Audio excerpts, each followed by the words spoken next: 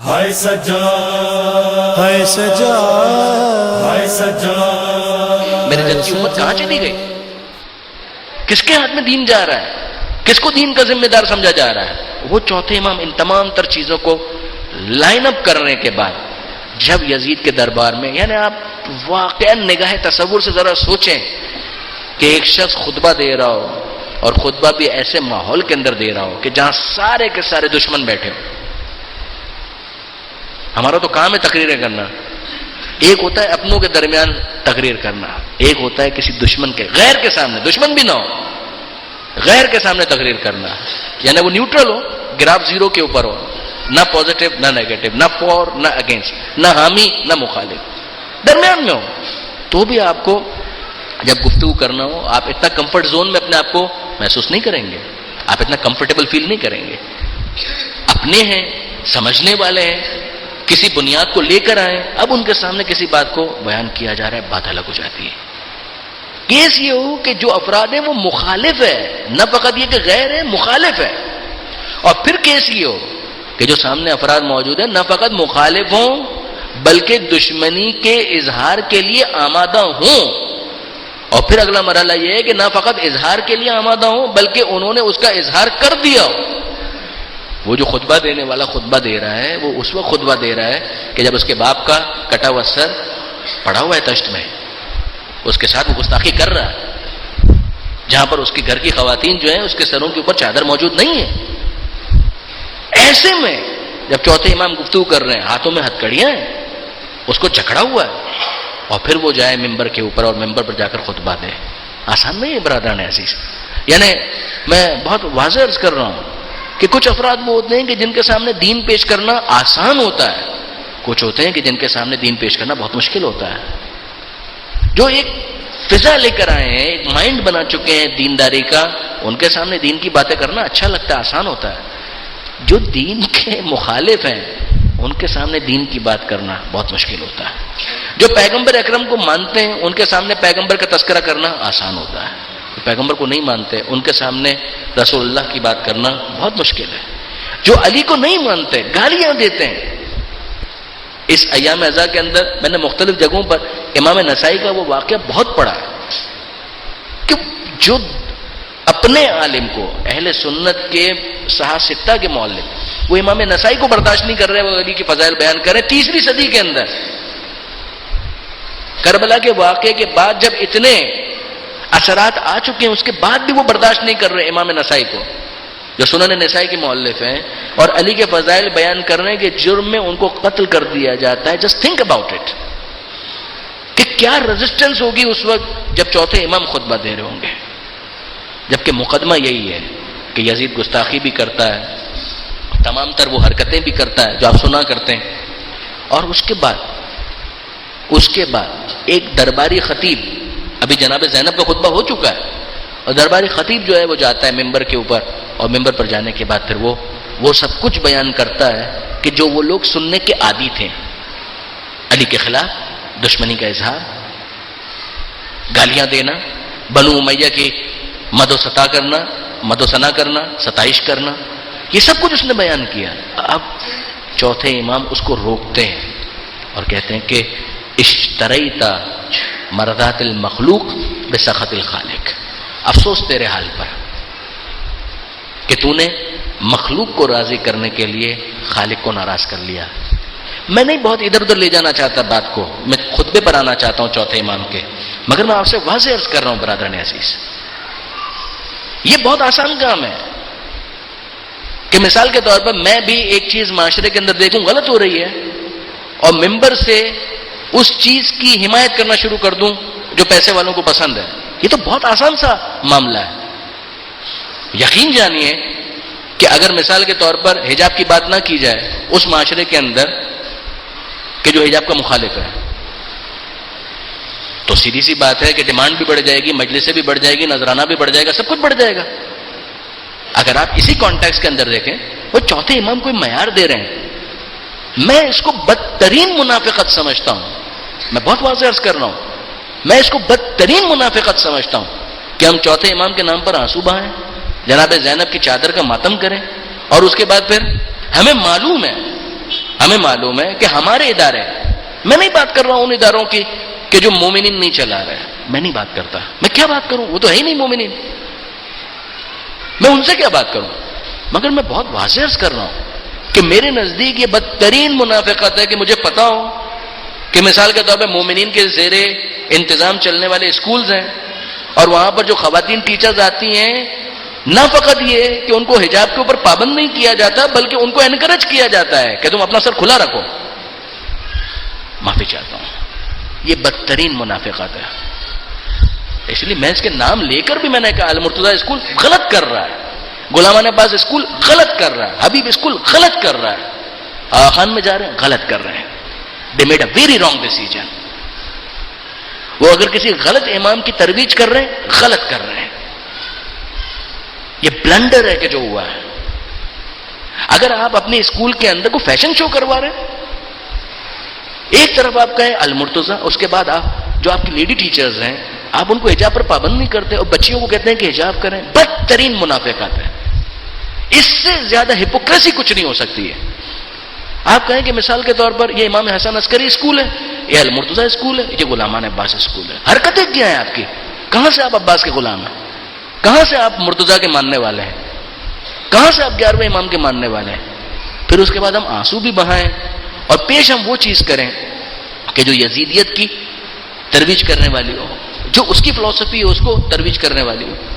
چوتھے امام کہتے ہیں کہ اگر تم یہ کر رہے ہو، اصول سمجھ لو یہاں پر کیا ہے، اشتریت مرضات المخلوق بسخط الخالق. تم نے مخلوق کو راضی کرنے کے لیے خالق کو ناراض کیا ہے. سورہ بقرہ آپ پڑھ ڈالیے، سورہ آل عمران آپ پڑھ ڈالیے. پروردگار عالم ان لوگوں کی سخت مذمت کرتا ہے کہ جن کو موقع ملتا ہے اور موقع ملنے کے بعد وہ اللہ کی آیتوں کا کاروبار کرتے ہیں، تجارت کرتے ہیں، آیتوں کو اس کی جگہ سے ڈسپلیس کرتے ہیں. وہ کہتے ہیں کہ ٹھیک ہے کچھ درہم و دینار تو ملیں گے، مگر تم نے کیا لوز کر دیا. امام یہاں پر کہتے ہیں کہ اشتریت مرضات المخلوق، افسوس تیرے حال پر کہ تم نے مخلوق کو راضی کرنے کے لیے خالق کو ناراض کر دیا. پھر اس کے بعد چوتھے امام یہ کہتے ہیں یزید اب میں جانا چاہتا ہوں اس لکڑی کے ڈھیر پر. اب یہ ممبر کہاں رہا؟ تعبیرات ہیں واقعاً کلام الامام امام الکلام، کہ جو امام کا کلام ہوتا ہے وہ کلام کا امام ہوتا ہے. کہ یہ کہاں رہا، یہ ممبر کہاں رہا؟ یہ لکڑی کا ڈھیر ہے. میں اس لکڑی کے ڈھیر پر جا کر کچھ ایسا کہنا چاہتا ہوں کہ جو خدا کی رضا کا باعث ہو. یعنی اب تک جو کہا یہ سارے کا سارا خدا کو ناراض کرنے کا باعث تھا. میں کچھ ایسا کہنا چاہتا ہوں کہ جو خدا کو راضی کرنے کا باعث بنے. یزید مانے گا؟ منع کرتا ہے. جو لوگ وہاں پر موجود ہیں وہ اصرار کرتے ہیں کہ ہم بنی ہاشم کا لب و لہجہ سننا چاہتے ہیں. یزید کہتا ہے کہ اگر یہ گیا ممبر پر تو ذلیل کیے بغیر واپس نہیں آئے گا، ہمیں ذلیل کر دے گا، بنو امیہ کو رسوا کر دے گا. لوگ کہتے ہیں کہ یہ شخص جس کے ہاتھوں میں ہتھکڑیاں ہیں یہ کیا کرے گا، ہم اس کا لب و لہجہ سننا چاہتے ہیں. اور اب اس کے بعد چوتھے امام ممبر پر جاتے ہیں اور ممبر پر جا کر وہ خطبہ ارشاد فرماتے ہیں. میں صرف ترجمہ آپ کے سامنے پڑھوں گا. یہ طریقہ ہمارا بن چکا ہے کہ ہر سال کسی نہ کسی مجلس میں چوتھے امام کا یہ خطبہ اور جناب زینب کا خطبہ ہم ضرور پڑھتے ہیں. امام نے وہاں پر وہ ساری باتیں کی کہ جو لوگ سننے کے عادی نہیں تھے. اور کمال یہ ہے کہ چوتھے امام جب خطبے کا اختتام کرتے ہیں تو لوگ دھاڑے مار مار کر رو رہے تھے، گریا کر رہے تھے. وہ لوگ جو علی کا نام سننے کے روادار نہیں تھے وہ علی کے فضائل سن رہے تھے. جو حسین کو باغی اور خارجی بول رہے تھے وہ حسین کا تذکرہ سن کر زار و قطار رو رہے تھے. یہ وہ انقلاب ہے جو چوتھے امام نے شام کے اندر برپا کیا ہے. اور یہ عبادت سے جدا نہیں ہے. جب وہ زین العابدین ہے تو وہ عبادت کی زینت اس طرح سے بھی ہے. یہ جو عبادت انہوں نے انجام دی ہے یہ بھرپور عبادت ہے. چوتھے امام فرماتے ہیں اے لوگوں، خدا نے ہمیں 6 خصلتیں عطا کی ہیں اور ہمیں 7 خصوصیات کے ذریعے دوسروں پر فضیلت بخشی ہے. ہمیں علم، بردباری، سخاوت، فصاحت، شجاعت اور مومنین کے دلوں میں محبت عطا کی ہے. یہ جو جملہ ہے مومنین کے دلوں میں محبت عطا کی ہے۔ چوتھے امام نے گویا ان کا شانہ پکڑ کے ان کو جھنجھوڑا ہے، ہمیں اسیر کر کے اتنا سن لو کہ تم مومن نہیں ہو۔ جو جس سے محبت کرتا ہے اس کو اسیر نہیں کرتا ہے، ہمیں اسیر کرنے کے بعد طے ہے کہ تمہارے دلوں میں ہماری محبت نہیں، بھول جاؤ کہ تم مومن ہو، تم سب کچھ ہو سکتے ہو، ایمان سے تمہارا کوئی تعلق نہیں ہو سکتا۔ پھر فرماتے ہیں اور دوسروں پر اس طرح فضیلت دی کہ رسول ہم میں سے ہے، صدیق امیر المومنین علی یہ ہم میں سے ہیں، جعفر طیار شیر خدا و شیر رسول حمزہ اور رسول کے دونوں فرزند حسن و حسین یہ ہم میں سے ہیں۔ جس کا سر تم نے کاٹا ہے وہ کون ہے؟ پہچانو اس کو۔ اس مختصر تعارف سے جو مجھے جانتا ہے وہ جانتا ہے، جو نہیں جانتا تو ان کے لیے میں اپنے آبا و اجداد اور اپنے خاندان کا تعارف کرواتا ہوں اور ان کے ذریعے خود کو پہچانواتا ہوں۔ اے لوگوں، میں مکہ اور منی کا بیٹا ہوں، میں زمزم اور صفا کا بیٹا ہوں، میں اس کا بیٹا ہوں کہ جس نے اپنی چادر پر رکھ کر حجر اسود کو اس کی جگہ پر نصب کیا۔ پیغمبر اکرم کی اس فضیلت کا تذکرہ۔ میں بہترین طواف اور سعی کرنے والے کا بیٹا ہوں، میں بہترین حج کرنے اور تلبیہ کہنے والے کا چشم و چراغ ہوں، میں براق پر سوار ہونے والے اور معراج پر جانے والے کا فرزند ہوں، میں اسی پیغمبر کا نور نظر ہوں جس نے ایک رات میں مسجد الحرام سے مسجد اقصی تک کی سیر کی، میں اس کا بیٹا ہوں جس کو جبریل سدرۃ المنتہا تک لے گئے۔ یہ لوگ ایکسپیکٹ نہیں کر رہے تھے کہ یہ پیغمبر اکرم کی وراثت کا دعویٰ کریں گے، مکہ صفا اور زمزم ان سب کے وارث ہونے کا دعویٰ کریں گے، وہ ایکسپیکٹ نہیں کر رہے۔ مقام قرب ربوبی سے خدا متعال سے نزدیک لے گئے، میں اس کا بیٹا ہوں جس نے آسمان کے ملائکہ کے ساتھ نماز پڑھی، میں اس کا بیٹا ہوں جس پر خدا نے وحی نازل کی، میں محمد مصطفیٰ اور علی مرتضیٰ کا بیٹا ہوں۔ پیغمبر اکرم اور پیغمبر اکرم کے ساتھ بلا فاصلہ امیر المومنین کا تذکرہ، میں محمد مصطفیٰ اور علی مرتضیٰ کا بیٹا ہوں، میں اس کا بیٹا ہوں جس نے مغرور لوگوں کی ناک رگڑ کر کلمہ توحید پڑھوایا۔ یہ بدر یاد دلوا رہے ہیں، احد یاد دلوا رہے ہیں، یہاں تک کہ 8 ہجری کے اندر فتح مکہ وہ یاد دلوا رہے ہیں کہ یہ لو، یہ یزید کا باپ، تم اس کو ہمارے سامنے پیش کر رہے ہو، اس سے ہم کو کمپیئر کر رہے ہو۔ یہ وہ لوگ ہیں جن کی ناک رگڑوا کر استسلام، جو ظاہری اسلام بھی ہے، وہ میرے باپ نے ان کو سکھایا ہے، جس کے بعد یہ ظاہری طور پر مسلمان ہوئے ہیں، ورنہ ان کا اسلام سے کیا تعلق ہے؟ میں اس کا فرزند ہوں جو رسول کی طرف سے 2 تلواروں اور 2 نیزوں سے جنگ کرتا تھا۔ اب یہ مولا کا تذکرہ ہو رہا ہے، جس نے 2 بار ہجرت اور 2 بار بیعت کی، جس نے بدر و حنین میں کافروں سے جنگ کی، جس نے ایک لمحے کے لیے بھی کفر اختیار نہیں کیا۔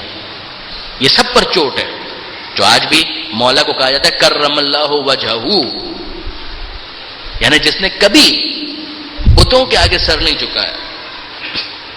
میں صالح مومنین اور وارث انبیاء کا فرزند ہوں، میں مشرکوں کو قتل کرنے والے، مسلمانوں کے امیر، مجاہدوں کے پیشوا، عابدوں کی زینت اور خوف خدا میں گریہ کرنے والوں کے افتخار کا بیٹا ہوں، میں بردبار لوگوں میں بردبار ترین اور اہل بیت رسول میں سے بہترین نماز پڑھنے والے کا بیٹا ہوں، میں اس کا فرزند ہوں، جبریل نے جس کی تائید اور میکائیل نے جس کی مدد کی، میں اس کا بیٹا ہوں جس نے مسلمانوں کے حرم سے دفاع کیا اور مارقین، ناقصین اور قاصدین سے جنگ کی، جمل، صفین اور نہروان۔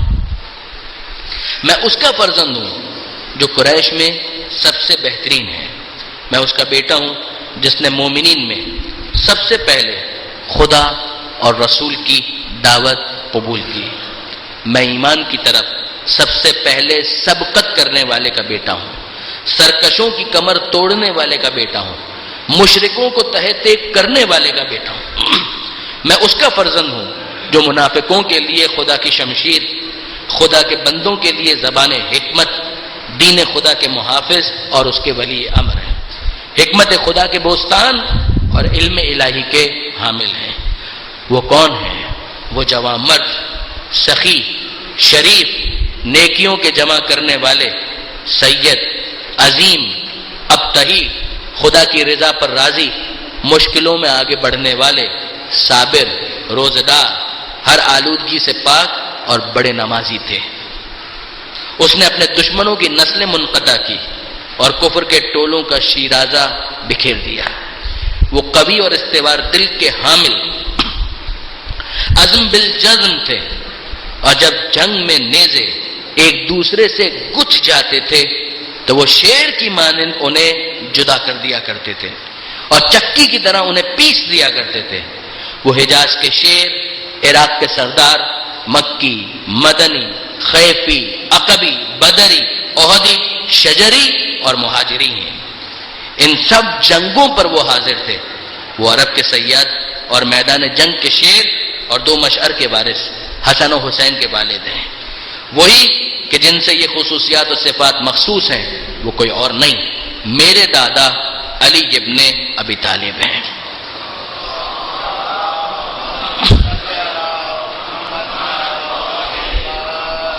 اب آپ اگر غور کریں، ابھی تک چوتھے امام نے جو تعارف کروایا، مکہ و مدینہ، صفا، زمزم، ان کا وارث ہوں، پیغمبر اکرم کا تذکرہ کیا، میں ان کا وارث ہوں، اور پھر یہاں پر امیر المومنین کا تعارف کروایا اور اس کے ذریعے سے اپنا تعارف کروایا، میں علی مرتضیٰ کا وارث ہوں۔ اب اس کے بعد چوتھے امام فرماتے ہیں ثم قال انا ابن فاطمۃ الزہرا، میں فاطمہ زہرا کا بیٹا ہوں، انا ابن سیدۃ النساء، میں جنت کی عورتوں کی سردار زہرا کا بیٹا ہوں۔ فلم یزل یقول انا انا، اور اب چوتھے امام مسلسل اپنا تعارف کروا رہے ہیں، کہہ رہے ہیں میں اس کا بیٹا ہوں، میں اس کا بیٹا ہوں، میں اس کا بیٹا ہوں، حتی زج الناس بالبکا والنہیب، یہاں تک کہ لوگ دھاڑے مار مار کر رونے لگے، ان کے آنسو تھم نہیں رہے تھے۔ وخشع یزید ان یکون فتنہ، اور اس موقع پر یزید نے یہ خوف محسوس کیا کہ یہ تو معاملہ میرے ہاتھ سے گیا۔ فامر المؤذن، اس موقع پر یزید نے مؤذن کو حکم دیا، فقطع الکلام، اور مؤذن نے آگے بڑھ کر آذان دے کر چوتھے امام کے خطبے کو کاٹا۔ فلما قال المؤذن، جب مؤذن نے کہا اشہد ان لا الہ الا اللہ، جب اس نے کہا اللہ اکبر اللہ اکبر، تو قال علی، چوتھے امام نے کہا میں بھی گواہی دیتا ہوں، اللہ کی کبریائی میں کیا شک ہے، اس سے بڑھ کر کون ہو سکتا ہے۔ فلما قال المؤذن، جب مؤذن نے کہا اشہد ان لا الہ الا اللہ، میں گواہی دیتا ہوں کہ اللہ کے سوا کوئی معبود نہیں، یقین جانیے کہ یہ وہ موقع تھا کہ جب چوتھے امام کی تبلیغ اپنے شباب پر تھی، وہ سمجھ رہا تھا کہ خطبہ کاٹ رہا ہے، وہ نہیں جانتا تھا کہ اس نے چوتھے امام کی تبلیغ کے کامیاب ہونے کا اعلان کر دیا ہے۔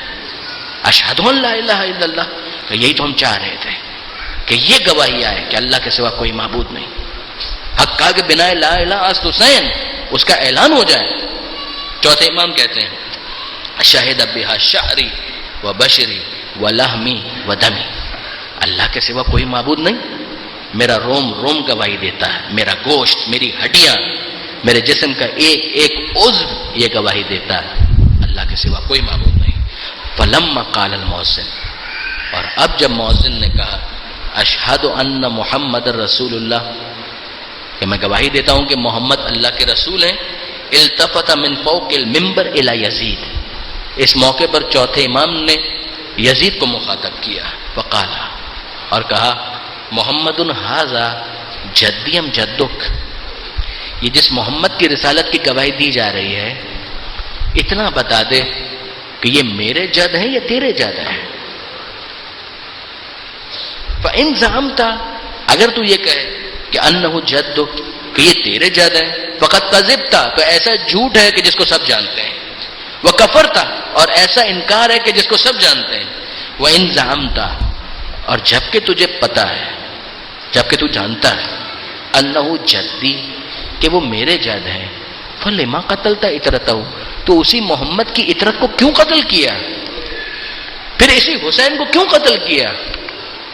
پھر اسی زینب کو جو انہی کی اطرت میں سے ہے، ان کو اس طرح سے روم کے قیدیوں کی طرح سے کیوں پھرایا گیا؟ پھر ہاتھوں میں ہتھکڑیاں کیوں ہیں؟ پھر پیروں میں بیڑیاں کیوں ہیں؟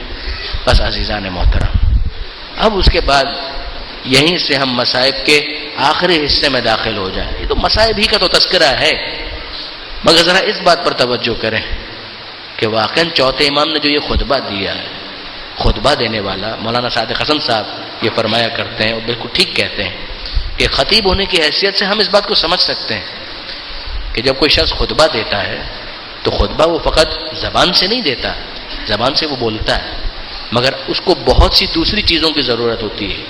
کبھی وہ دائیں دیکھتا ہے، کبھی وہ بائیں دیکھتا ہے، کبھی وہ گردن اوپر کرتا ہے، کبھی وہ گردن نیچے کرتا ہے، کبھی وہ ہاتھوں کو بلند کرتا ہے، کبھی دائیں طرف اشارہ کرتا ہے، کبھی بائیں طرف اشارہ کرتا ہے، کبھی وہ پیروں کو حرکت دیتا ہے۔ مگر ہمارا سلام ہو چوتھے امام کے اوپر کہ جو خطبہ دے رہے تھے تو اپنی زبان کو تو حرکت دے سکتے تھے، نہ اپنے پیروں کو جنبش دے سکتے ہیں، نہ ہاتھوں کو ہلا سکتے ہیں، نہ دائیں دیکھ سکتے ہیں، نہ بائیں دیکھ سکتے ہیں۔ اگر کہیں رک کرنا ہے اپنا پورا وجود اس طرف کریں تب تو چہرہ پھرے گا، ورنہ نہیں پھر سکتا۔ جس کے ہاتھوں میں ہتھکڑی ہو وہ ہاتھوں کو ہتھکڑ کیسے دے سکتا ہے؟ جس کے پیروں میں بیڑی ہو وہ پیروں کو جنبش کیسے دے سکتا ہے؟ اور جس کے گلے میں توق خاردار موجود وہ دائیں دیکھے تو کیسے دیکھے، وہ بائیں دیکھے تو کیسے دیکھے؟ اس کے لیے ممکن نہیں ہے۔ ہم اگر ایک جملہ تو کہنا پڑے گا کہ اے سید سجاد، آپ پھر بھی خوش نصیب ہیں، آپ پھر بھی خوش قسمت ہیں کہ آپ جب خطبہ دے رہے تھے آپ کے خطبے کو بھی کاٹا گیا، اور آپ کے بابا حسین جب عاشور کے دن خطبہ دے رہے تھے تو ان کے خطبے کو بھی کاٹا گیا، مگر مولا آپ کے خطبے کو جب کاٹا گیا تو آذان کے ذریعے سے کاٹا گیا، اللہ اکبر کی صدا کے ذریعے سے کاٹا گیا۔ مگر جب آپ کے بابا خطبہ دے رہے تھے، یہ خطبہ اس وقت دے رہے تھے جب علی اصغر ہاتھوں میں موجود تھا۔ اس موقع پر جب عمر سعد نے کہا ہے کہ یا حرملہ اقطع کلام الحسین، اے حرملہ حسین کے کلام کو کاٹ دے، تو آذان نہیں کہی گئی، اس موقع پر اللہ اکبر کی صدا نہیں گونجی تھی، اس موقع پر تو 3 بھال کا تیر ہے کہ جو کمان سے رہا ہوا ہے وَتَقَلَّبَ الصَّبِيُّ عَلَى يَدَيْ الْإِمَامِ، اور وہ بچہ باپ کے ہاتھ پر منقلب ہو گیا۔ اور اے سید سجاد، یہ ہم آپ کو کیا بتا رہے ہیں، یہ تو آپ نے خود اپنے بابا حسین سے سنا تھا کہ جب حسین رخصت آخر کے لیے آئے اور چوتھے امام کو بیدار کیا اور اس کے بعد وصیتیں کی ہیں، تو ان میں سے ایک وصیت یہی تھی کہ اے بیٹا سید سجاد، جب وطن واپس پلٹ کر جانا اور ہمارے چاہنے والوں سے ملاقات ہو تو کہنا کہ شیعتی مہما شرب تم ماں ازبن فذکرونی، کہ اے ہمارے چاہنے والوں تم بہت یاد آئے، تم بہت یاد آئے۔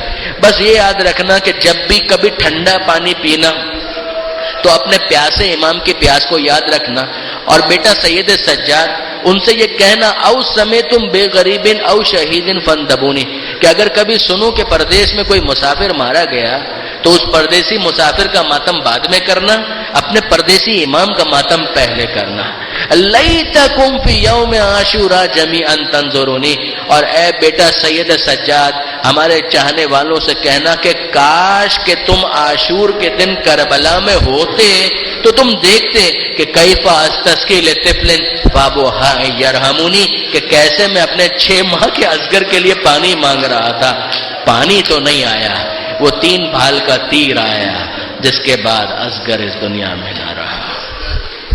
وَسَيَعْلَمُ الَّذِينَ ظَلَمُوا سجاد سجاد سجاد سجاد